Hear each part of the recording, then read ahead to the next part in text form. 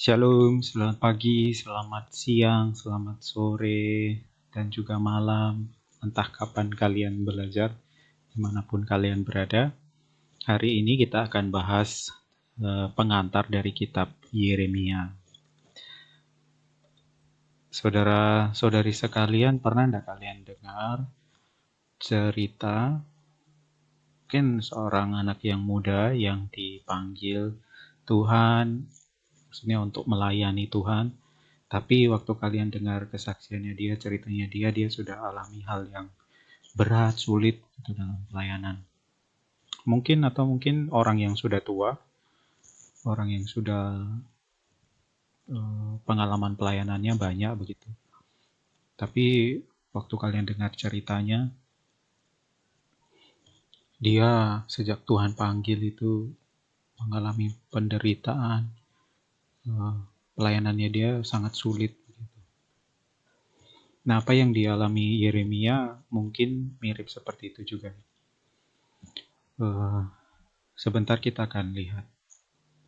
Kehidupannya Yeremia ini mengilustrasikan betapa melayani Tuhan itu terkadang mengharuskan kita bayar harga.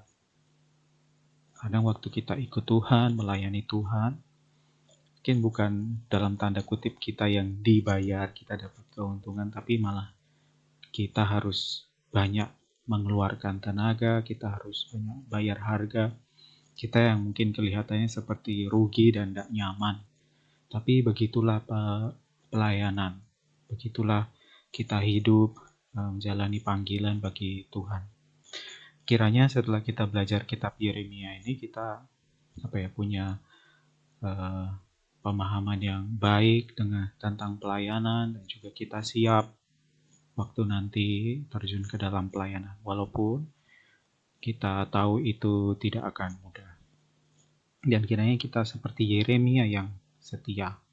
Dia setia walaupun harus hadapi tantangan yang berat. Walaupun harus bayar harga, dia tetap setia dalam panggilannya dia. Nah, saudara-saudari sekalian, Yeremia ini ternyata anak seorang imam. Jadi seorang pemimpin rohani ya.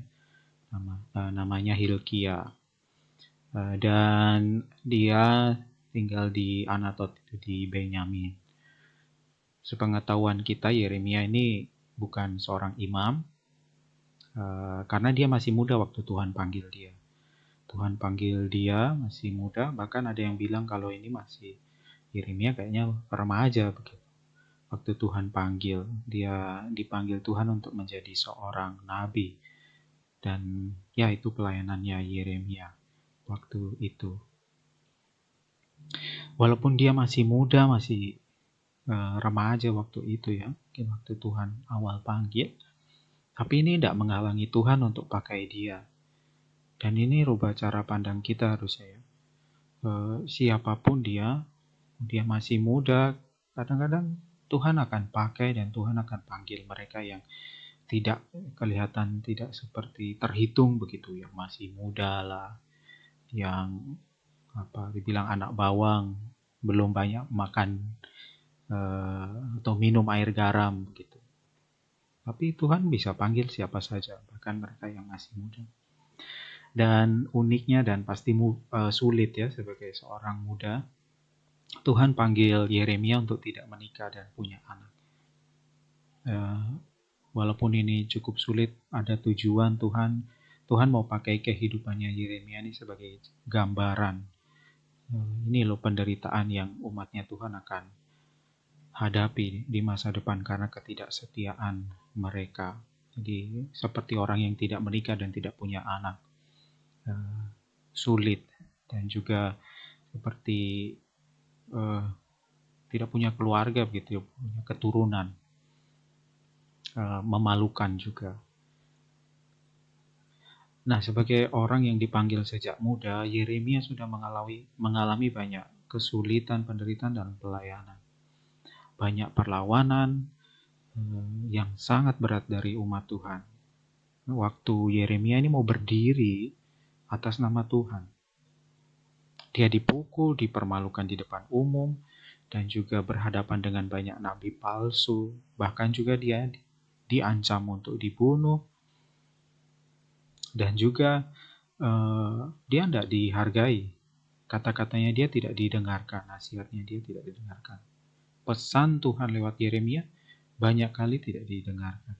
Coba bayangkan, dalam pelayanan, penderitaan, dan kesulitan harus dihadapi Yeremia. Pasti sangatlah berat. Dan ini yang terjadi, Yeremia sampai bertanya, Tuhan kenapa kok dia sangat menderita begitu. Ada keluhan-keluhan yang muncul. Saya coba baca salah satunya, contohnya di Yeremia 15.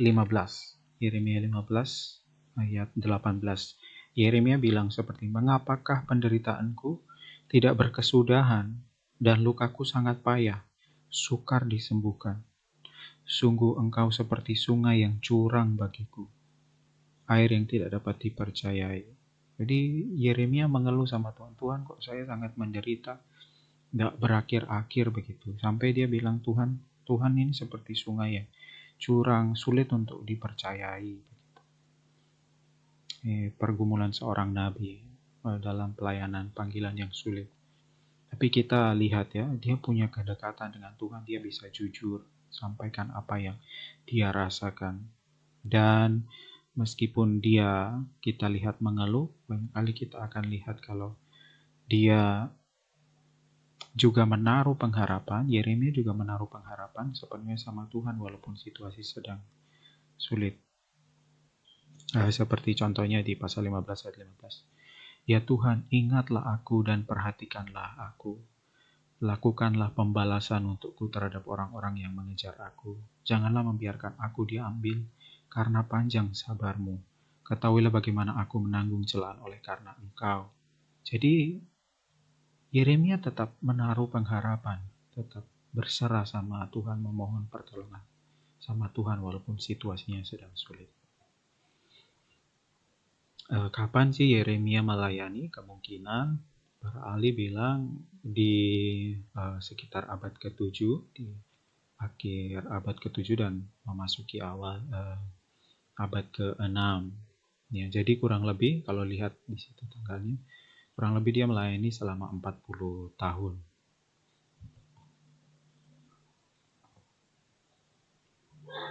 Nah, kitab Yeremia ini isinya ya tentu saja kisah pesan Tuhan melalui Yeremia dan juga pelayanannya Yeremia. Dan nanti kita akan lihat bagaimana Yeremia itu seperti menyaksikan langsung bagaimana Tuhan menghancurkan umatnya begitu. Nubuatnya yang disampaikan Yeremia benar-benar terjadi. Nah, menariknya kita juga dapat informasi di Yeremia 36. Ternyata Nabi Yeremia ini punya juru tulis yang bekerja bersama Yeremia, namanya Baruh. Banyak yang percaya kalau Baruh ini menolong supaya semua nubuatan Yeremia itu dikumpulkan jadi tulisan yang sekarang kita punya. Bisa jadi juga ada orang-orang lain yang menolong Yeremia. Tapi yang satu yang diperkenalin sebut namanya Baruh. Oke, kita melangkah ke garis besar gambaran kitab Yeremia. Nah, di awal kita lihat panggilan dan penugasannya Yeremia. Tuhan panggil Yeremia waktu masa pemerintahannya Yosia. Yeremia menerima penglihatan dan pesan dari Tuhan tentang kehancuran Yerusalem dan Yehuda dan karena dosa mereka. Tuhan lewat Yeremia memperingatkan umatnya kalau murka Tuhan akan datang dan ayo segera bertobat. Ini seperti pesan utamanya Yeremia panggilan, di mana Tuhan panggil Yeremia untuk ini, memperingatkan akan datang murka Tuhan dan juga mendorong umat untuk bertobat. Nah, di bagian selanjutnya kita lihat alasannya kenapa kok Tuhan itu mau menghukum umatnya. Karena dosa, dan di sini dibilang ada penyembahan berhala, kesetiaan, dan juga pelanggaran umatnya Tuhan. Mungkin baik kalau saya baca salah satu bagian ya, pasal 2 ayat Pasal 2 ayat 13. Sebab 2 kali umatku berbuat jahat, mereka meninggalkan aku, sumber air yang hidup, untuk menggali kolam bagi mereka sendiri. Ya, ini kolam yang bocor yang tidak dapat menahan air. Jadi kita lihat umatnya Tuhan meninggalkan Tuhan. Dan mereka mencari Allah yang lain. Mereka seperti digambarkan buat kolam yang sebenarnya sudah ada ini air yang hidup, sumber air yang hidup. Tapi mereka masih mau cari yang lain. Gitu. Dan di sini kita baca di pasal 4, 5 ada berita nubuatan Tuhan akan menghukum umatnya dengan mendatangkan bangsa Babel. Umat Tuhan akan dikalahkan, dihancurkan oleh bangsa Babel. Dan nanti kita akan lihat bagaimana ini terjadi. Kemudian di bagian selanjutnya, di hampir paruh akhir di bagian yang kedua ini, pasal 29 dan 31, kita baca ada nubuat akan pemulihan dan kepulangan umat Yehuda di masa depan. Nah, ini pasal yang penting ya. Salah satunya pasal penting adalah pasal 31 ya. Pasal 31. Karena di sini kita baca akan ada nubuatan yang tentang perjanjian yang baru. Baik kalau saya baca ya. Mudah untuk diingat, Yeremia pasal 31, ayat 31. Mulai dari situ. Saya baca sampai ayat 34. Sesungguhnya akan datang waktunya, demikianlah firman Tuhan, aku akan mengadakan perjanjian baru dengan kaum Israel dan kaum Yehuda. Bukan seperti perjanjian yang telah kuadakan dengan nenek moyang mereka pada waktu aku memegang tangan mereka untuk membawa mereka keluar dari tanah Mesir. Perjanjianku itu telah mereka ingkari, meskipun aku menjadi Tuhan yang berkuasa atas mereka. Demikianlah firman Tuhan. Tapi beginilah perjanjian yang kuadakan dengan kaum Israel sesudah waktu itu. Demikianlah firman Tuhan. Aku akan menaruh Tauratku dalam batin mereka dan menuliskannya dalam hati mereka. Maka aku akan menjadi Allah mereka dan mereka akan menjadi umatku. Dan tidak usah lagi orang mengajar sesamanya atau mengajar saudaranya dengan mengatakan kenalah Tuhan. Sebab mereka semua besar kecil akan mengenal aku. Demikianlah firman Tuhan. Sebab aku akan mengampuni kesalahan mereka dan tidak lagi mengingat dosa mereka. Nanti kita akan bahas sedikit lebih banyak lagi tentang bagian ini. Ini merujuk ke Mesias, ini merujuk kepada Yesus Kristus. Nanti kita akan bahas. Nah, di bagian selanjutnya kita lihat Yeremia menegur Raja Yehuda karena ketidaktaatan mereka pada Allah. Jadi nggak cuma rakyatnya, rajanya, pemimpinnya juga tidak taat sama Tuhan. Yeremia diinformasikan kalau dia hadapi banyak penderitaan dan juga penganiayaan karena pelayanannya. Contohnya kita lihat di pasal 38 ayat 6. Di situ kita baca kalau Yeremia ini dimasukkan ke perigi atau seperti sumur begitu, istilah yang lebih familiar. Jadi masukkan ke dalam sumur karena pelayanannya, panggilan pelayan dia harus menderita. Tapi meskipun demikian, kita baca di pasal 37 juga. Waktu dia sampaikan firman Tuhan tidak didengar, tapi Yeremia tetap setia kepada Tuhan dan terus menyampaikan pesannya. Tuhan luar biasa. Ini pelajaran yang Yeremia teladan yang luar biasa dalam pelayanan. Penderitaan dan penganiayaan dihadapi, namun dia tetap setia menyampaikan pesan Tuhan. Dia tetap setia sama Tuhan. Nah, di bagian selanjutnya, pasal 46 sampai 51, kita lihat Yeremia kali ini bernubuat untuk bangsa-bangsa di sekitar Yehuda. Dan juga menubuatkan kalau nanti bangsa Babel yang Tuhan pakai untuk menghukum umat Tuhan, Tuhan akan juga menjatuhkan bangsa Babel. Nah, di pasal terakhir 52, bagian terakhir. Nah, ini sejarah seperti catatan sejarah. Jadi digambarkan seperti Yeremia ini dia melihat Yerusalem jatuh. Dia menyaksikan umatnya Tuhan itu ditawan dan dibawa ke Babel. Jadi seperti Yeremia menyaksikan ada di situ, dia lihat semua yang dinubuatkan itu terjadi. Nah, kita masuk ke tema, dan ini yang tadi sempat saya singgung, Yeremia 31. Di situ dibilang akan ada perjanjian yang baru Tuhan buat di tengah semua berita penghakiman, penghukuman. Yeremia sampaikan kalau nanti ada satu waktu yang mana Tuhan akan mengadakan perjanjian yang baru. Dan ini hubungan yang diubahkan antara Tuhan dan umatnya. Ini kita bisa lihat ada pengampunan, hubungan pribadi dengan Tuhan. Gak cuman ritual saja, tapi setiap orang kenal, mau mencari Tuhan. Dan juga hatinya diubahkan. Dan ini sebenarnya menunjuk kepada Yesus Kristus. Yesus bilang waktu dalam perjamuan kalau ini perjanjian baru ya, yang kubawa begitu.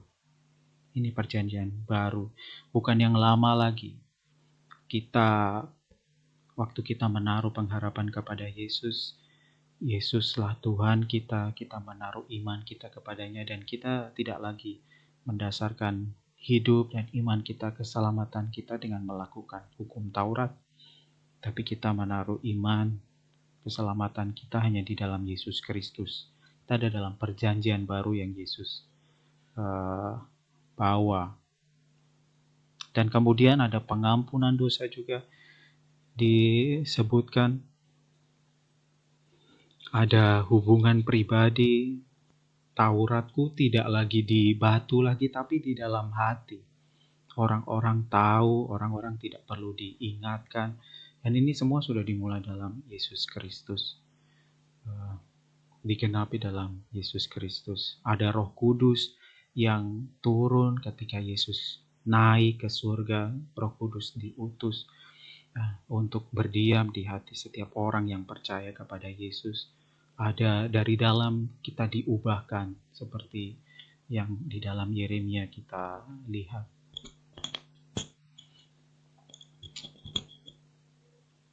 Nah, ini salah satu tema yang sangat besar, yang sangat penting dalam kitab Yeremia.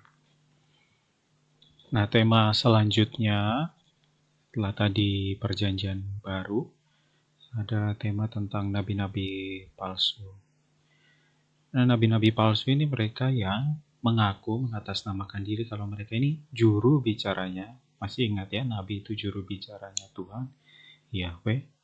Tapi mereka fokusnya menubuatkan hal-hal yang baik begitu. Bicara, sampaikan hal-hal yang baik saja. Oh, nanti ada kelepasan, ada damai, ada kemakmuran. Tenang saja, tidak ada yang namanya penghakiman Tuhan.